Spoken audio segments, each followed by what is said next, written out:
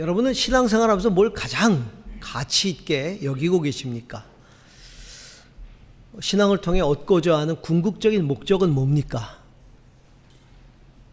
기독교를 종교라고 이해하는 사람들, 그래서 기독교 밖에서 기독교를 바라보면서 기독교의 가장 중요한 가치를 이야기하는 사람들은 기독교의 가장 중요한 가치를 사랑이라고 말합니다.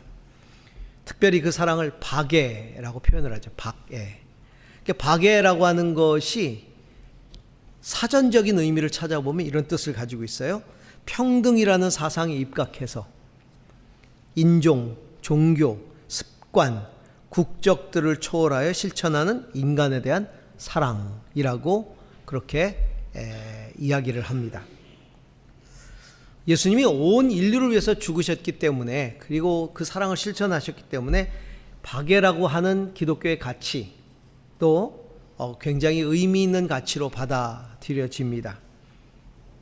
그러면 예수 믿는 우리들에게는 뭐가 가장 소중합니까? 어떤 가치가 예수 믿는 우리에게 있어서 가장 1순위입니까? 어떤 사람은 희생적인 사랑이라고 이야기하는 분도 계실 거고, 어떤 분은 어떤 열정적인 신앙 체험을 통해서 회복하는 것, 치유하는 것, 고치는 것이라고 대답하는 분도 계실 겁니다. 어떤 분은 목숨을 걸고 복음을 전파하는 것이라고 이야기하실 수도 있을 겁니다. 각자가 중요하게 생각하는 신앙의 가치와 목적들이 다 있겠지요. 그런데 그 무엇보다도 중요한 것은 천국입니다. 천국은 하늘나라, 혹은 하나님 나라, 혹은 주의 나라, 이렇게 말합니다. 천국이란 그 천국의 주인이 되시는 하나님과 영원토록 함께 사는 것, 이게 천국입니다. 하나님이 계시기 때문에 천국이 의미 있고 가치 있는 것이죠. 예수님의 첫 번째 메시지가 뭡니까? 그분이 공생애를 시작하시면서 첫 번째 메시지가 회개하라, 천국이 가까웠느니라. 회개를 통해 천국을 맞이할 준비를 하라는 게 예수님의 첫 번째 메시지였습니다.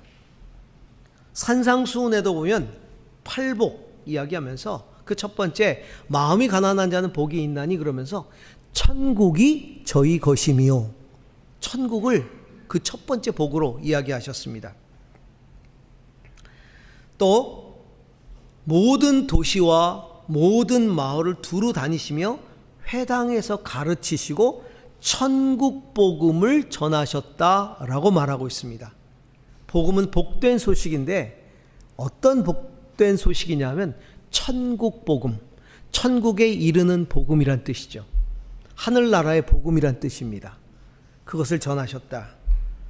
그리고 세상의 마지막 끝이 언제 오느냐를 이야기하시면서 이 천국 복음이 모든 민족에게 전파된 후에야 그제야 끝이 오리라, 이렇게 말씀하셨습니다.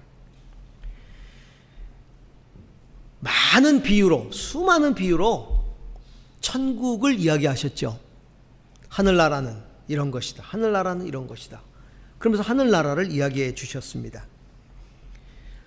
신앙 고백, 주는 그리스도시여 살아계신 하나님의 아들입니다라고 신앙 고백하는 베드로에게 천국 열쇠를 주겠다라고 말씀하셨습니다. 천국은 창조주, 유일하신 창조주 하나님께서 계신 곳이고, 성도들이 그 하나님과 함께 그곳에서 영원히 다스리는 곳, 그것이 천국입니다. 요한계시록 22장 1절에서 5절을 다 같이 읽도록 하겠습니다. 천사는 또 수정과 같이 빛나는 생명수의 강을 내게 보여주었습니다. 그 강은 하나님의 보좌와 어린 양의 보좌로부터 흘러나와서 도시의 넓은 거리 한가운데를 흘렀습니다. 강 양쪽에는 12종류의 열매를 맺는 생명나무가 있어서 달마다 열매를 내고 그 나뭇잎은 민족들을 치료하는 데 쓰입니다.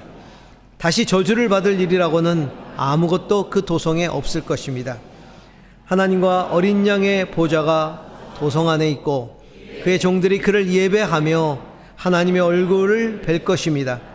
그들의 이마에는 그의 이름이 적혀 있고 다시는 밤이 없고 등불이나 햇빛이 필요 없습니다. 그것은 주 하나님께서 그들을 비추시기 때문입니다. 그들은 영원 무궁하도록 다스릴 것입니다. 이게 천국의 모습입니다. 성도들은 영원 무궁, 주님과 함께 그것을 정적으로 천국을 갈망하는 신앙. 오늘 성경은 우리에게 그것에 대해서 몇 가지 권면을 하고 있습니다. 열정적으로 천국을 갈망하는 신앙이 어떤 것인가를 보여주고 있습니다. 자, 첫 번째 마태복음 13장 오늘 44절 45절 같이 읽습니다. 하늘나라는 밭에 숨겨놓은 보물과 같다. 어떤 사람이 그것을 발견하면 제자리에 숨겨두고 기뻐하며 집에 돌아가서는 가진 것을 다 팔아서 그 밭을 산다. 또 하늘나라는 좋은 진주를 구하는 상인과 같다. 신앙이라는 것, 천국을 갈망하는 그런 신앙은 바로 이 세상 속에 감추어진 천국이라는 보물을 발견해내는 은혜를 경험하는 겁니다. 이게 신앙입니다. 예수님은 천국에 대한 비유를 통해서 천국이 얼마나 가치 있는가, 그리고 천국의 가치를 발견한 사람들을 이야기해 주시는데요. 하늘나라는 밭에 숨겨놓은 보물 같다 이렇게 말씀하시고, 또 한편으로는 하늘나라는 좋은 진주를 구하는 상인과 같다 이렇게 말씀하십니다. 이 말씀은 천국에 대해 두 가지의 의미를 담고 있는데요. 먼저는 천국이 보물이라는 겁니다. 숨겨진 보물이라는 겁니다. 보물이 밭에 숨겨져 있고 진주가, 세상에 하나밖에 없는 소중한 그 진주가 그 가치를 알지 못한 채로 세상 속에 놓여 있다는 겁니다. 어딘가에 놓여 있다는 겁니다. 보물이 숨겨진 밭, 그 진주가 놓여 있는 그 어디, 그것은 세상을 말합니다. 이렇게 천국은 세상 속에 숨겨져 있습니다. 숨겨져 있다는 것, 하나님이 그 천국을 숨겨 놓았다는 건 아무도 찾지 못하도록 그렇게 감추어 놓았다는 의미가 아닙니다. 숨겨져 있다는 것은 세상 속에 있지만 아무에게나 발견되지 않는다는 겁니다. 세상 속에 있지만 천국은 아무에게나 발견되지 않습니다. 그 가치를 아는 자들만 그 천국을 찾고 발견하게 되는 겁니다. 밭에 숨겨진 사람이 보물을 발견한 것도, 그리고 좋은 진주를 구하는 그 사람이 그 진주를 찾아낸 것도 가치를 알기 때문입니다. 그렇기 때문에 우리가 천국을 사모해야 됩니다. 천국의 가치를 알고 사모해야 된다는 것이죠. 세상 속에 숨겨져 있기 때문에 우리는 그 천국을 사모하고 구해야 한다는 것을 이야기해 주고 있습니다. 그건 무엇을 말할까요? 세상에 만족하고 살지 말라는 겁니다. 숨겨진 천국을 찾아내라는 겁니다. 숨겨진 천국에 대한 갈망함이 있어야 된다는 겁니다. 그냥 세상에 만족하지 말고 만족하고 살지 말라. 세상에 취하여 살지 말라. 세상 속에 숨겨져 있는 천국의 가치를 알고 찾으라 하는 것이죠. 세상 많은 사람들이 천국을 알지 못합니다. 그리고 찾지도 않습니다. 왜일까요? 가치를 모르기 때문에 그렇습니다. 가치를 안다면 찾을 겁니다. 그런데 가치를 모르니까 세상에 그냥 취해서 사는 겁니다. 그걸로 만족하고 사는 겁니다. 이 말씀이 담고 있는 또 하나는 천국의 가치에 대한 겁니다. 자, 세상 속에 숨겨져 있다, 천국은. 그런데 그 숨겨진 것이 별로 가치가 없다는 걸 찾겠습니까? 그 진주가 가치가 없다면 온 세상을 뒤져서 그 진주를 찾아내겠습니까? 아니죠. 이 천국은 세상과 비교할 수 없는 가치를 지니고 있다. 전 재산을 팔아서 밭을 사고 전 재산을 팔아서 그 진주를 살 만큼 가치가 있는 겁니다. 여러분, 여러분이 가진 전 재산을 팔아 살 만한 그 무엇인가가 있습니까? 내 가진 모든 것을 팔아서 살 그것이 있다면 그게 뭡니까? 뭘 위해서 여러분 재산을 다 팔겠습니까? 우리가 세상살이 하는데 그런 건 없습니다. 전 재산을 팔아서 그것을 얻을 만한 건 세상에 없습니다. 여러분이 다이아몬드 하나 사기 위해서 전 재산을 파시겠어요? 아니잖아요. 뭘 얻기 위해서 여러분이 전 재산을 팝니까? 있다면 하나밖에 없습니다. 생명, 내 생명이에요. 만약에 내가 죽을 위기에 처해 있다. 내가 시한부 인생을 산다. 근데 내가 재산이 뭐 수십조 원이다. 수십조 원을 다 쏟아 부어도 내가 살 수만 있다면, 살아날 수만 있다면 그 수십조 원을 다 쏟아 부을 겁니다. 왜냐하면 내가 살아야 되니까. 내가 죽고 나면 무슨 소용이 있습니까? 그게 다 쏟아부을 거예요.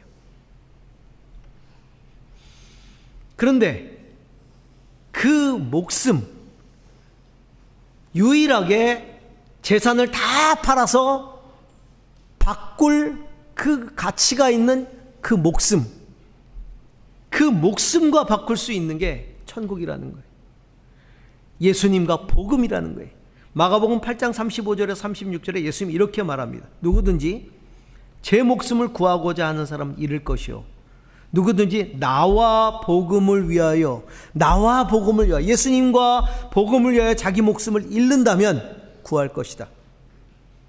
사람이 온 세상을 얻고도 제 목숨을 잃으면 무슨 이득이 있겠느냐라고 말씀하시면서 나와 복음을 위하여 자기 목숨을 잃어버린다면 살 것이다.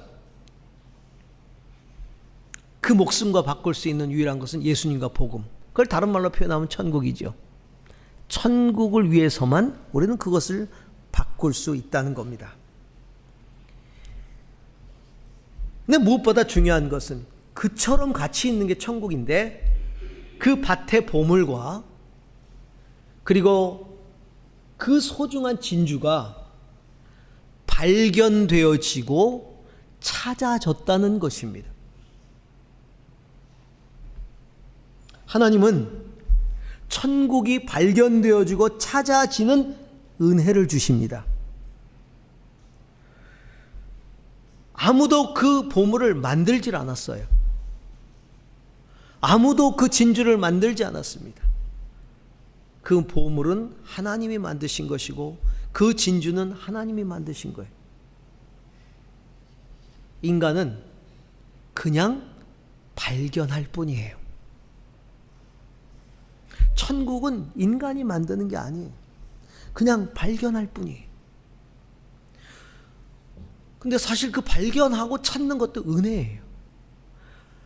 그 밭에, 그 엄청난 밭에서 보물이 발견됐다? 보물을 찾아냈다? 여러분, 그 밭이 우리 집 텃밭이면 모르겠지만 만약에 그 밭이 미국의 저 아칸사스에 가도 끝이 없고 비행기를 타고 가도 끝이 없는 옥수수밭, 저 중국의 끝이 없는 그 밭이라고 한번 생각해 보세요. 거기서 어떻게 보물을 찾겠어요? 못 찾아요. 여러분, 진주 하나밖에 없는 진주인데 세상에 얼마나 많은 진주가 온 세상 가운데 있겠습니까? 거기서 하나밖에 없는 진주를 어떻게 찾아내겠어요? 세계 일주를 하면서 진주 파는 데를 다 돌아다니면서 그래서 찾아내시겠습니까? 인간으로서는 할 수 없다는 겁니다.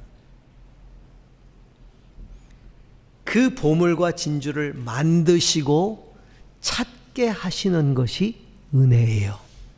천국을 만드시고 그 천국을 허락하시는 것이 은혜라는 겁니다. 하나님은 사모하는 영혼들에게 당신이 준비하시고 이 세상 속에 숨겨두신, 이 세상이라는 밭에 숨겨두시고 그리고 그곳에 간직해 두신 천국을 사모하는 영혼들에게 만나게 하십니다. 발견하게 하신 거예요. 여러분, 우리가 천국의 은혜를 경험한 게 얼마나 놀라운 일입니까? 믿음을 통해 천국을 알게 된 게 얼마나 놀라운 은혜. 만약에 하나님의 은혜가 아니었다면 우리도 이 세상이라는 데 그냥 만족하고 살았을 거 아닙니까? 천국을 확신하지 못하고 천국을 갈망하지 않고 살았겠지요. 그런데 우리를 위해서 천국을 만들어 세상 속에 숨겨두셨다는 걸 우리가 알게 하시고 그리고 이 세상 속에서 우리가 천국을 만나게 하신 거예요. 얼마나 감사한지 몰라요. 신앙은 바로 천국의 은혜를 맛보는 게 신앙이에요. 우리 모두가 이 세상살이를 하면서 천국을 사모하고 천국을 찾고 그리고 그 천국의 은혜를 경험하며 그 천국의 기쁨을 누리고 살아가는 저와 여러분이 될 수 있기를 소망합니다. 두 번째입니다. 천국을 열망하는 신앙이라는 것. 마태복음은 13장 44절과 그리고 한 절 건너뛰어서 46절을 한번 보겠습니다. 44절 다시 한번 읽습니다. 하늘나라는 밭에 숨겨놓은 보물과 같다. 어떤 사람이 그것을 발견하면 제자리에 숨겨두고 기뻐하며 집에 돌아가서는 가진 것을 다 팔아서 그 밭을 산다. 46절입니다. 그가 값진 진주 하나를 발견하면 가서 가진 것을 다 팔아서 그것을 산다. 천국을 발견한 성도는요, 열정적으로 그 천국을 소유하고 누리고 지키기 위해 최선을 다한다는 거예요. 이게 신앙이다. 보물 발견한 사람이 어떻게 했어요? 진주를 발견한 사람이 어떻게 했어요? 자기 전 재산을 팔아서 보물을 샀고 진주를 샀지요. 천국을 얻으려고 모든 것을 포기하는 그런 대가를 지불했어요. 천국은 나의 모든 걸 포기하고 얻어야 할 가치가 있는 거예요.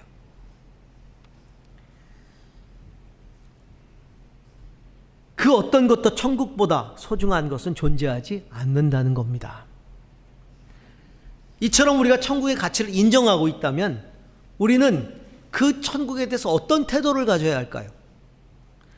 우리는 그 천국을 소유해야 되겠죠?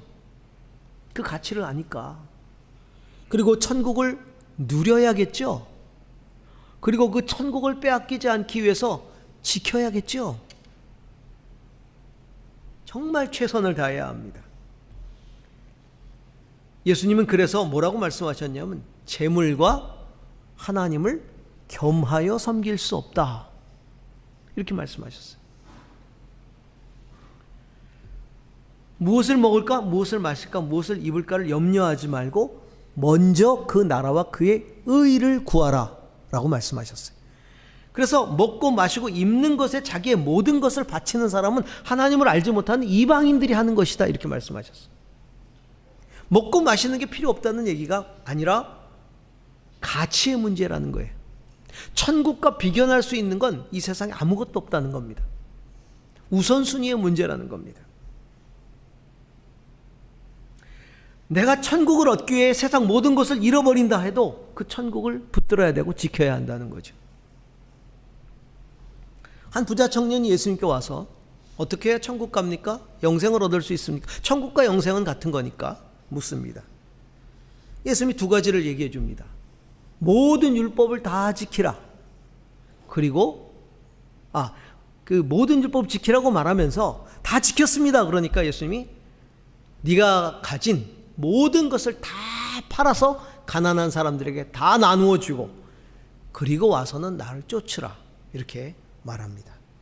그 청년이 예수님께 뭐라고 질문을 하냐면 내가 뭘 해야 영생을 얻겠습니까? 뭘 해야? 이렇게 묻습니다.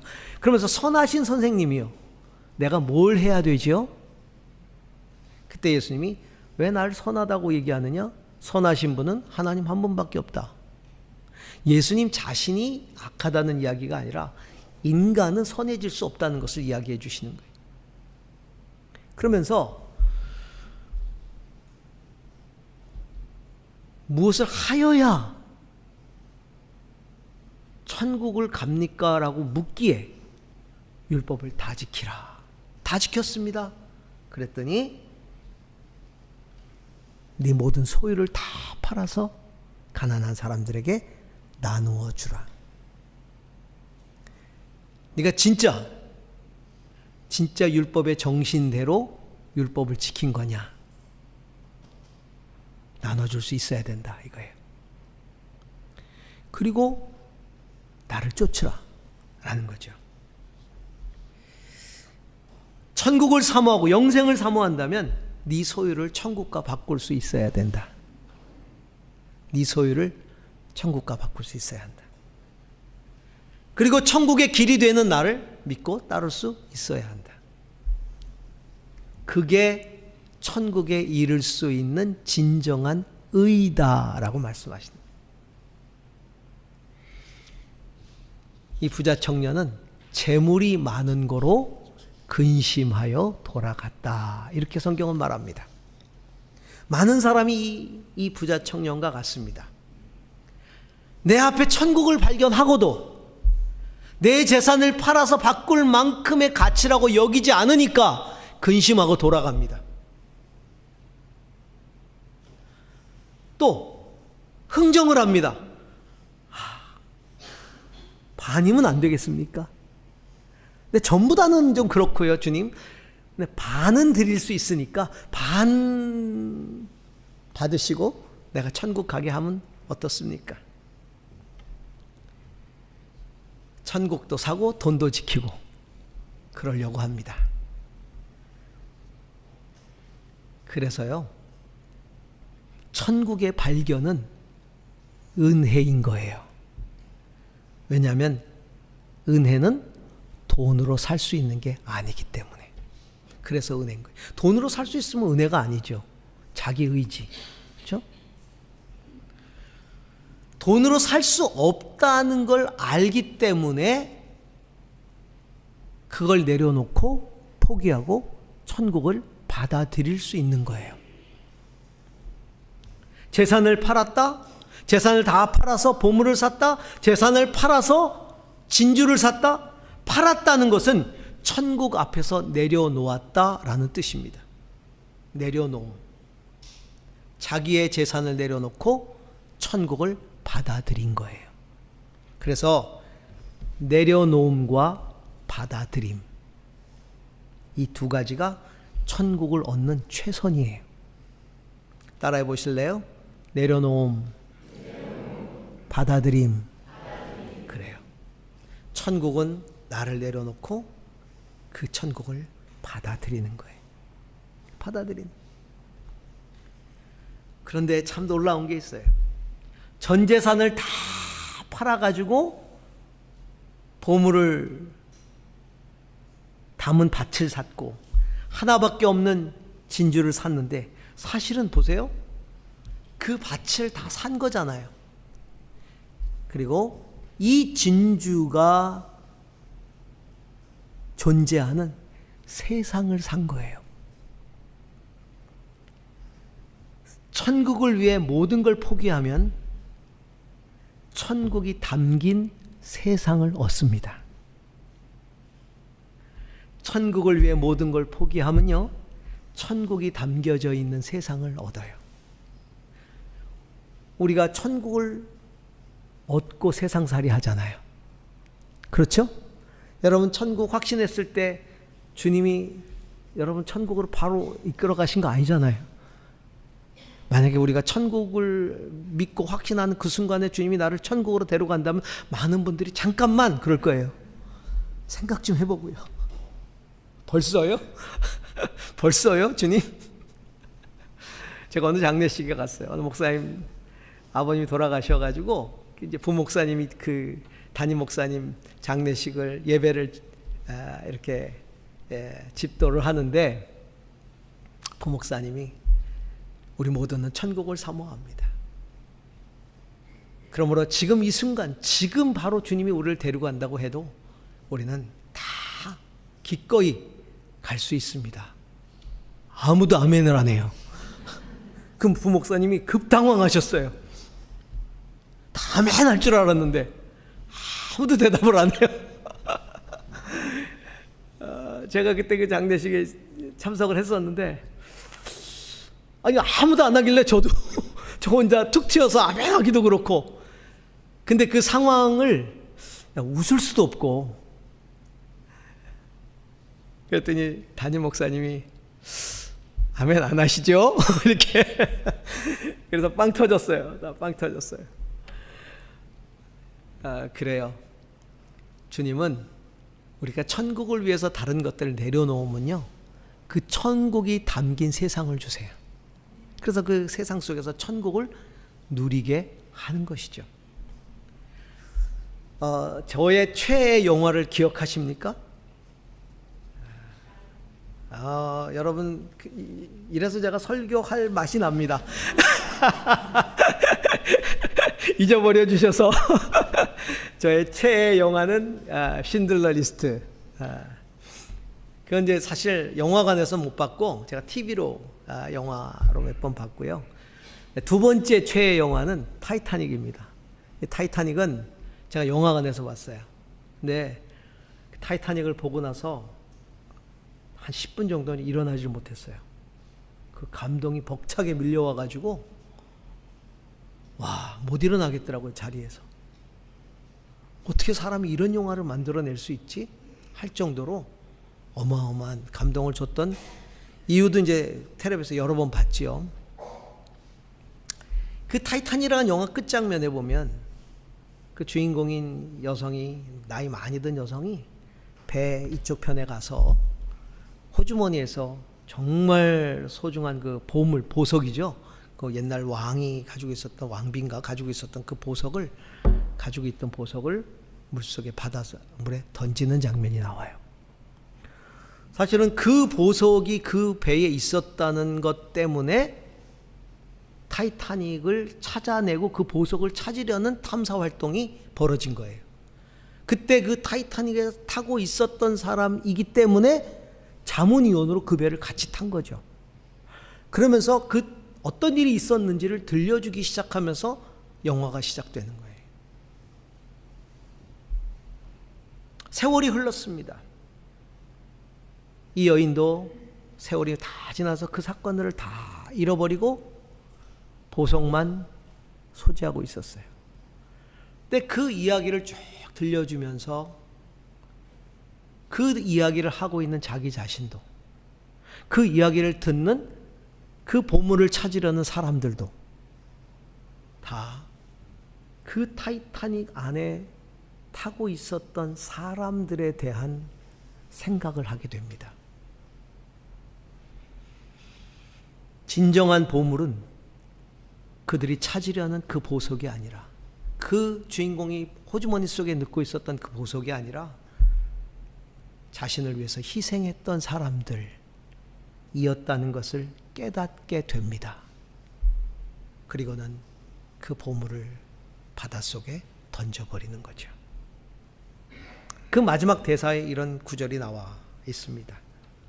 거기에 사람이 있었음을 우리가 잊고 있었습니다. 거기에 사람이 있었다는 걸 잊고 있었습니다. 여러분, 천국을 얻는다는 건 가장 가치 있는 것을 발견하는 겁니다. 그래서 천국이란 가치를 발견하면 모든 것을 던져버릴 수 있는 겁니다. 심지어는 생명까지도 던져버릴 수 있죠. 그래서 그렇게 생명을 던져버린 사람들 때문에 저와 여러분이 이 자리에 있는 겁니다.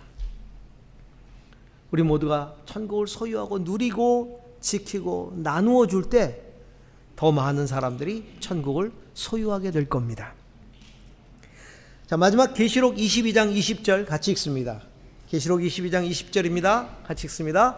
이것들을 증언하시니가 이르시되 내가 진실로 속히 오리라 하시거늘 아멘. 주 예수여 오시옵소서.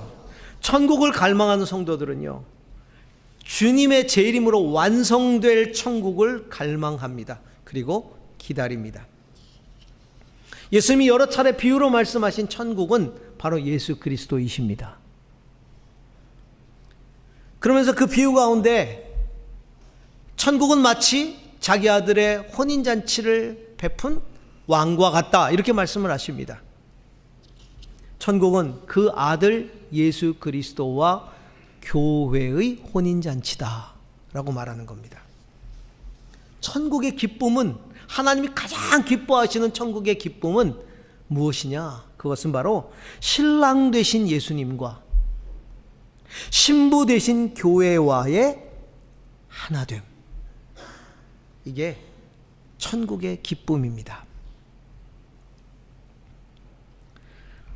왕 하나님은 이 혼인잔치에 사람들을 초대했지만 사람들은 핑계대고 오지 않습니다. 밭 갈러 가야 된다고, 사업하러 가야 된다고 오지 않습니다. 심지어는 오지 않으니까 사람 데리러 보낸 사람까지도 모욕하고 죽여버렸다, 이렇게 말합니다. 그것은 예수 그리스도를 전한 사람들을 죽인 사람들을 말하는 거겠죠. 그러다 임금은 심판을 합니다. 그리고는 누구든지 다 데리고 오너라, 이 잔치에. 그렇게 얘기를 하죠. 자, 여기서 먼저 초대받은 사람은 유대인이고 누구든지 이방인입니다. 먼저 초대받은 사람은 바리새인, 사두개인, 제사장과 같은 종교인이고, 나중에 다시 초대받은 사람들은 죄인들입니다.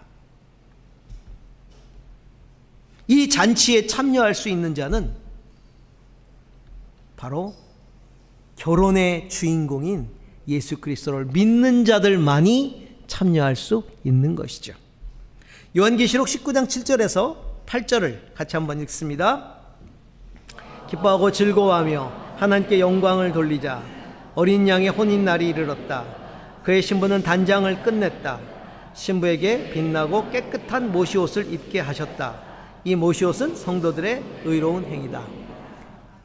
이스라엘은요, 정혼식을 하고 그리고 결혼식을 합니다. 양가 가문이, 신랑 신부가 서로 결혼을 하기로 약속을 하게 되면, 그러면 신랑이 가서 신부에게 가서 이제 그 약속을 하고 그리고 청혼을 하죠. 오늘날로 말하면 프로포즈를 합니다. 그 프로포즈가 뭐냐면 포도주를 따라서 주는 거죠. 신부에게 줍니다. 그러니까 신부가 그 포도주를 마시면 성혼이 되는 거예요. 허락되는 거예요. 근데 포도주를 거절하면 이거는 그냥 파혼이 되는 거죠. 결혼이 성사가 안 되는 거예요. 그래서 정혼할 때 이제 프로포즈를 정식으로 합니다. 그러면은 신부가 그 포도주를 마시면 이제 혼사가 성립이 되는 거죠. 그러면 이제 계약서를 씁니다. 뭐냐면 지창금. 그 중동은, 그러니까 그 당시에 노동력이 굉장히 중요했기 때문에 여성 노동력을 하나 빼가는 거기 때문에 신랑 집에서 거기에 대한 보상을 해주는 거예요. 이게 지창금이에요. 그걸 이제 서로 합의를 하는 거예요. 얼마에 이제 합의를 하게 되죠. 그 합의해서 계약이 완료가 되면 그러면 이제 정혼이 성립이 돼요. 그러면 정혼이 딱 돼서 결혼 계약이 딱 되면 그거는 법적 부부가 돼요. 법적으로. 우리로 말하면 혼인신고가 딱 끝난 거예요. 우리는 약혼하면 파혼도 되잖아요. 이건 파혼이 안 돼요. 그러면 법적으로 부부가 됐기 때문에 1년 동안을 결혼 예식을 준비합니다. 신랑은 집으로 돌아가서 같이 살 집을 장만을 해요. 그리고 신부는 예복을 준비합니다. 그래서 1년이 되면 1년 후 어느 시기인가 신랑이 데리러 와요. 근데 만 1년 되는 날 데리러 온다 이런 게 없어요. 한 1년 즈음에 데리러 와요. 그냥 그리고 중동은 덥기 때문에 늘 밤에 데리러 와요. 그리고 결혼잔치도 밤에 벌어져요. 더우니까. 그러니까 신랑이 1년 즈음 어느 날인가 데리러 오니까 신부는 그 데리러 올 신랑을 항상 맞이하기 위해서 준비하고 있어야 돼요. 근데 그날이 도적같이 온다는 거예요. 언제 올지 모르니까. 근데 신랑이 신부를 데리러 온다 그러면 그 집으로 데리고 갈, 신부 집으로 데리고 갈 사람이 필요하기 때문에 신부의 친구들이, 둘러리들이 그 신랑을 맞이할 준비를 하고 그리고 등불을 밝히는 거죠. 열 처녀의 비유가 바로 그 비유예요. 기름을 준비한 5처녀, 기름을 준비하지 않은 5처녀.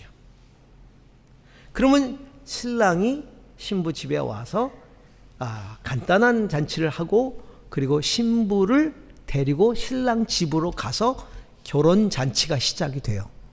일주일 동안 합니다. 일주일 동안 혼인 잔치를 아주 거창하게 그렇게 합니다.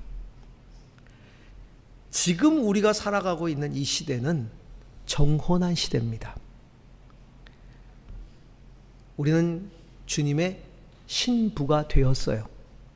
정혼을 한 거예요. 믿음으로 말미암아 예수 그리스도를 우리가 구주로 섬기고 그리고 우리가 교회로서 정혼을 해서 뭘 기다리고 있어요? 이제 신랑 오실 날을 기다려요. 그때가 주님의 재림, 다시 오실, 그리고 혼인잔치를 기다리고 있는 거죠. 그래서 성경이 뭐라고 얘기하냐면 어린 양의 혼인날이 이제 이르렀고 신부가 단장을 끝냈다. 계시록 말씀이죠. 신부에게 빛나고 깨끗한 모시옷을 입게 했다. 예복. 신부가 예복 다 마쳤어요. 그러면서 하는 말이 그 예복은 성도의 옳은 행실이로다. 이렇게 돼 있어요. 신부가 1년 전에 신부가 되는 건 은혜로 되는 거예요. 신부가 되었기에 우리는 옳은 행실로 혼인잔치를 준비하고 있는 거예요. 우리는 신부가 되기 위해서 옳은 행실을 하는 게 아니에요. 예수 그리스도의 보혈과 믿음으로 말미암아 신부가 되었고 이제 다시 오실 그분을 맞이하기 위해서 옳은 행실로 준비하는 그런 정혼의 시간을 보내고 있는 것이죠. 그러므로 천국을 사모하는 사람들은 다시 오실 주님을 기다려야 됩니다. 다음 주가 이제 열정적인 신앙생활의 마지막 시간이에요. 9번째가 이제 마지막인데 그 마지막이 이제 다시 오실 주님을 기다리는 신앙이에요. 우리가 중요한 거는 이 세상에 그 천국의 잔치를 위해서 초청장을 들고 기다리고 있는 거죠.